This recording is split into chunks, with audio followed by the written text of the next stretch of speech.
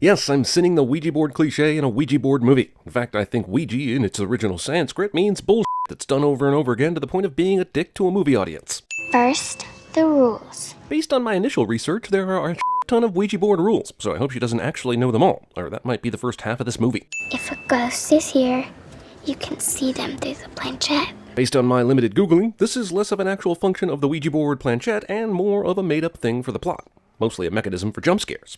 Like this one. Also, the planchette says copyright 2013 on the inside, which means either these are the fastest growing children in the world, or this is some bullshit. The window to another realm also has a piece of plastic that could stab you in the eye if you're not careful. You can never, ever play alone. Young Debbie would be pissed at slightly older present-day Debbie for disobeying one of the 3 Ouija rules she knows. Also, she doesn't even do the chant, or circle the board before starting. No wonder this girl gets haunted and subsequently killed. She doesn't even follow her own damn rules. You know you've always been like this, right? Like what? Just a total and complete spaz. Spaz shaming. It's fascinating that in all the houses where horror films occur that the lights are on, but the rooms still manage to be almost completely dark. Why is this ghost girl or ghost mom opening the laundry room door and the back door? She obviously has no reason to leave the house since her next victim is right here. This girl must be really into conservation, because despite being haunted by an evil spirit, she still manages to turn off as many lights as possible. When it comes down to it, Ouija is the third in the trilogy of Hasbro films. Transformers, G.I. Joe, Battleship. Oh, you say that's 4 movies? Well, that f***s up my sin a bit, but you see what we're going for there. Surely there were easier, less decorative ways to do this. Also, hats off to the Christmas lights manufacturer, the carpenter that built the banister, and Debbie for tying the Christmas lights. If any of them had been even slightly less than perfect, Debbie would have fallen straight to the floor. Also, based on the way she fell and subsequently hanged, she clearly didn't flop over the banister, nor does it look like she jumped off the side, which would have caused some slight swinging back and forth. It looks like her lights were hung directly over her, and she dropped from exactly that point, which means the suicide was extremely premeditated, or there is some paranormal strongman that dropped her. We're approximately an 1/8 of the way through this movie, and are just now getting to the title card. But I saw this was your big camping trip with the guys. Lane isn't going to go on this camping trip with her boyfriend, because she needs to stay behind and get caught up in all the Ouija. But her boyfriend's camping trip will probably also end up in some sort of wrong turn, cabin in the woods, Texas Chainsaw Massacre type of scenario. So she was screwed either way. Over the top, touchy-feely friendship. Dad writes a vague text message to daughter because what could this be about? I brought flowers. Debbie liked this kind. That's at least 2 different kinds of flowers, maybe 3. Also, while we're here, a teenager in 2014 named Debbie. Do you want me to put them in some water? No. I'll let them die like she did. Now that Lane has ventured into Debbie's room during Debbie's wake, I'm starting to think that the script for this movie was just an IKEA instruction manual for horror movie. Even though Debbie used all her Christmas lights to hang herself, they remain inexplicably on her mantle and over her windows. Is it possible we've never seen a movie just for being plain awful? I mean, we often sin the elements of a movie, and you can sort of tell the movie sucked because everything sucks, but Ouija is like a starter kit for horror. It's like if somebody remade Train Pulling Into a Station and expected an audience to run out of a theater screaming like it was 1895. 8 hours you 2 spent in here. In my 5th grade, you picked out your college. They aren't even lazily throwing in useful exposition anymore. She used to draw pictures of what our dorms would look like. So many pictures of a small cube with 2 twin beds. Thank you for watching the house while we're gone. Why does Lane need to watch the house while they're gone? It's winter, so you shouldn't need any lawn care. And can't you tell the post office to hold the mail? And you don't have any pets, and f*** you, that's why. Teenage girl is watching a video that she took on a digital camera and not an iPhone, because Nikon apparently has a deal with all horror films to make it seem like teenagers still buy and use digital cameras. All of Lane's videos on her digital camera are from different places and times, and don't seem to be in any particular order, so they can reveal certain things about these relationships between these characters. The guys are back. Who are the guys? Doesn't matter, they're back. Hey, Dad, here's your flight confirmation. Wow, nearly everybody this girl knows is taking a trip right now. I'll text you when I get there. I'm a dad, and I text, even when your best friend dies. Shoddy pool covering. Wait, maybe Debbie isn't dead. She's just stuck in the upside down. Maybe all the subsequent events of this movie could be avoided if somebody would just properly put this thing away. Lane reaches up and grabs the board after inexplicably feeling the need to go into Debbie's closet. Hey! Jerk scare. I didn't even hear you come up. Of course not. Then we would have been robbed of this cheap jump scare designed to distract everyone from the fact that nothing has f***ing happened. I didn't know she had one. Well, that's interesting, because during the last conversation you had with her before she died, she said, Remember that game we used to play where you ask questions about the future? The Ouija board. Yeah. A couple weeks ago, I played it. and you were the one that f***ing said it's called... Sure. The Ouija board. I never even got to say goodbye. Yeah, you seem real broken up about it. A few days ago, I went to her house to try to talk to her. She didn't even want me to come inside. Well, she was just being sexually responsible. Teen pregnancy can ruin people's lives. No human being would stack books like this.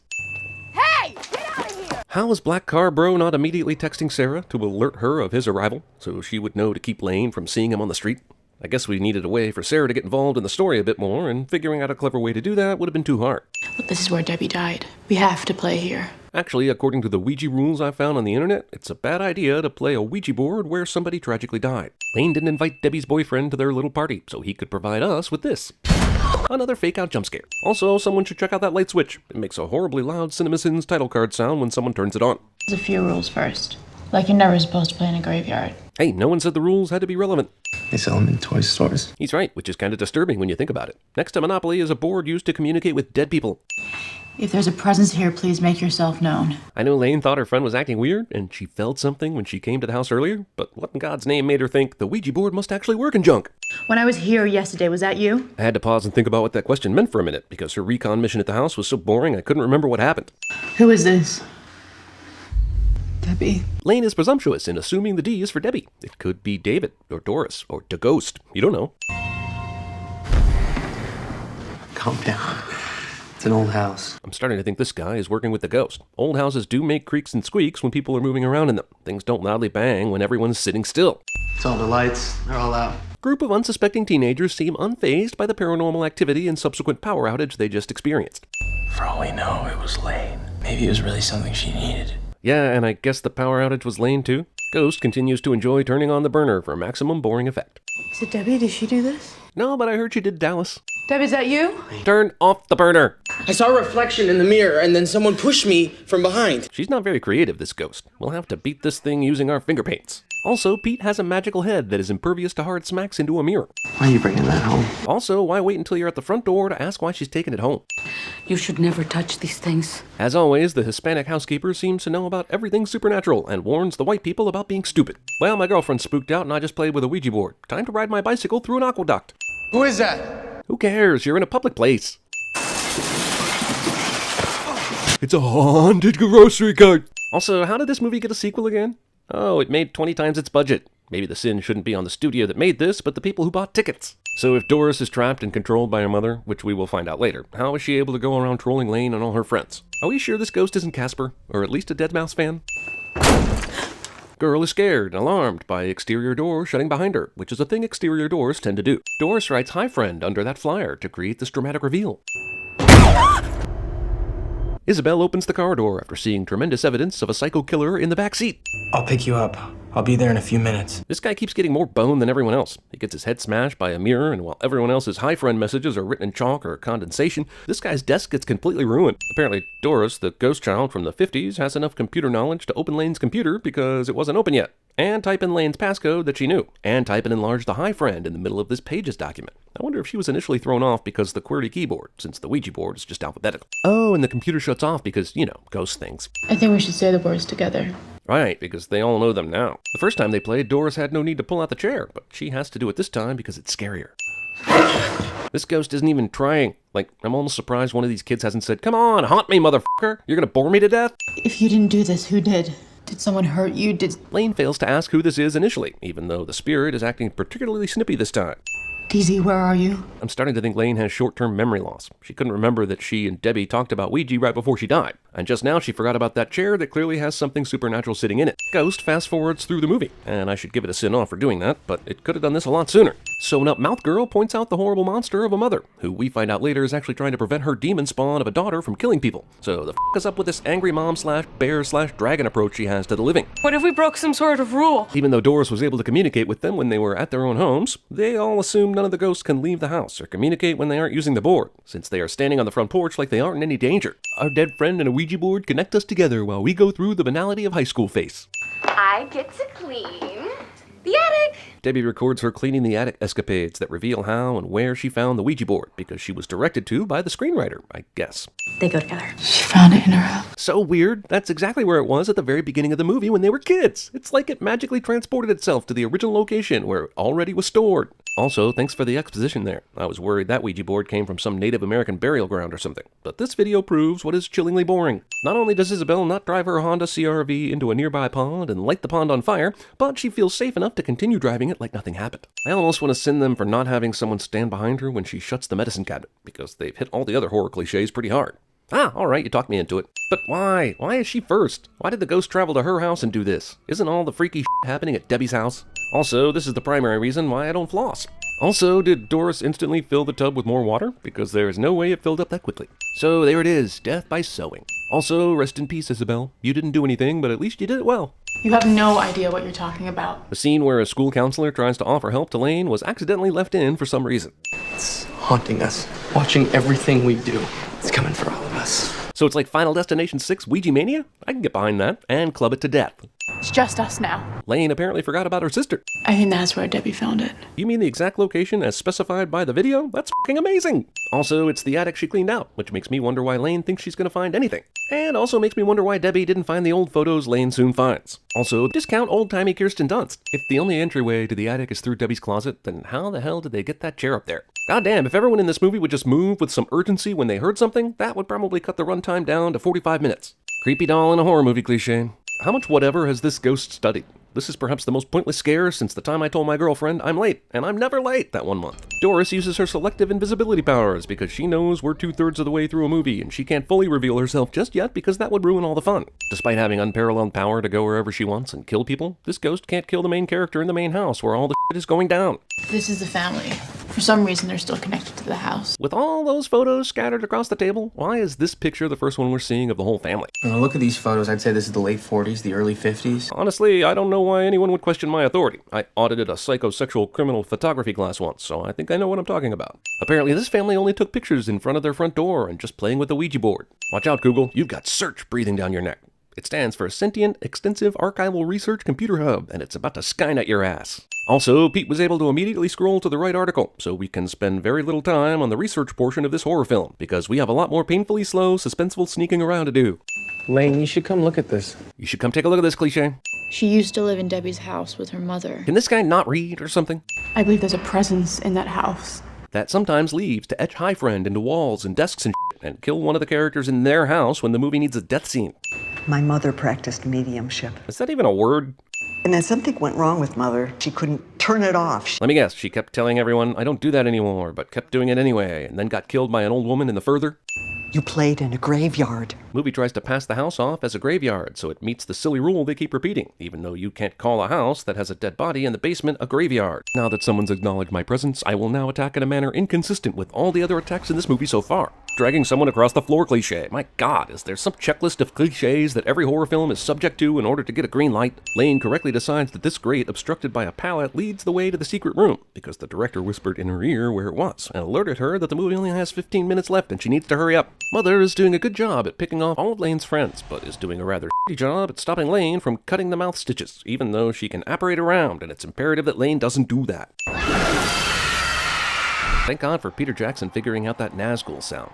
Otherwise, we would have no idea what an evil spirit yelling sounded like. So, as it turns out, cutting the thread of her sewn-up mouth makes her worse. But weren't people already dying? I mean, what kind of shocking twist is it when you do something for the alleged victim, and that's a worse thing that you can do? It's called ripping off the ring, I think. Doris wastes time appearing as Debbie, because just showing up and killing them would be too easy. Mother must have come back because my friend Pete, another friend, is dead. You can see how much it affects me. 3 friends dead in a week. Yeah, I think you can see the devastation.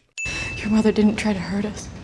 She tried to stop us. She did it by screaming at us like a horror movie villain and throwing shit around whenever she was pissed, so it's just a case of mixed signals is all. Also, I'm calling bullshit on this twist, because if Doris was trapped by her mother and Lane freed her, then how the hell was she able to kill all the kids before she was free? She wasn't even in the house when she killed Isabel, so what the f*** has changed? You have to break the connection, or it will keep coming back for you. Thank God the housekeeper is so well informed on all the supernatural mumbo-jumbo. With the parents out of town, I don't think these high school kids could have afforded a Zelda Rubinstein. Also, Lane waits until now to talk to Nona about the connection she's made with a spirit, even though she's clearly knowledgeable about spiritual things. If she had gone straight to Nona, a person who she seems to have a good relationship with, they all could have avoided a serious amount of heartache. Also, when the hell are Debbie's parents coming back? After the ghost is clear? Trevor.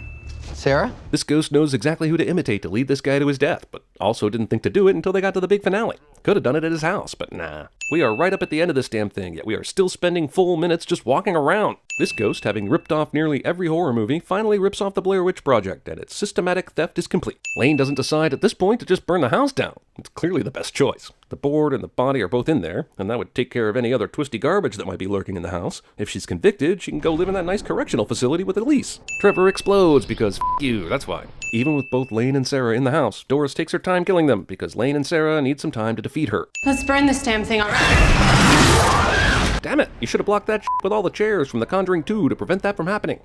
This ghost is on f***ing repeat. I killed the last guy, no problem. You, however, I'm going to turn into a damsel in distress. Doris decides to sew Sarah up the old-fashioned way instead of just looking at her and her mouth being instantly sewn shut. That would just be quick and unsatisfying. Doris, I'm playing alone. You have to play. That's in the rules as written by Hasbro Incorporated, so you can see the bind you're in. Yeah, but huh? Why? Also, Lane's arm is broken at this point, yet when Debbie shows up and turns her arm back around, Debbie heals it, I guess. I missed them. I don't believe you, but let's think about these deaths for a second. Why are Lane and Sarah not being extensively questioned by the cops right now? One guy drowned or was suffocated by bubble wrap, and the guy from Percy Jackson 2, like, he died, I think, but all we saw was him turning gray and his mouth getting sewn, but nobody is asking questions. This is the second sexy flossing scene we've seen in this movie. Ouija, brought to you by the American Dental Association. Did the evil spirits just leave her the planchette? Seems like a particularly lazy way to give this movie an open-ended ending. The end. Nothing happened to her. Is this guy on the Ouija board of directors?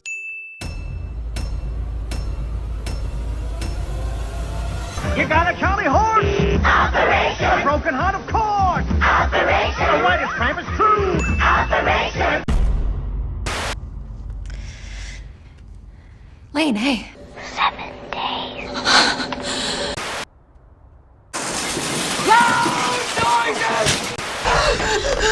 R. Good, good, good, good. That's good, come on. H. The shadow.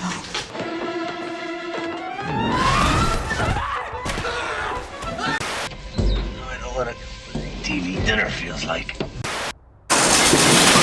Cans! I think it's a baby! Cans! It's a bed! Oh my God! There was no baby, it was full of cans! Are you sure? What knows? And life is for the alive, my dear. So let's keep living it. Just keep living it. Really living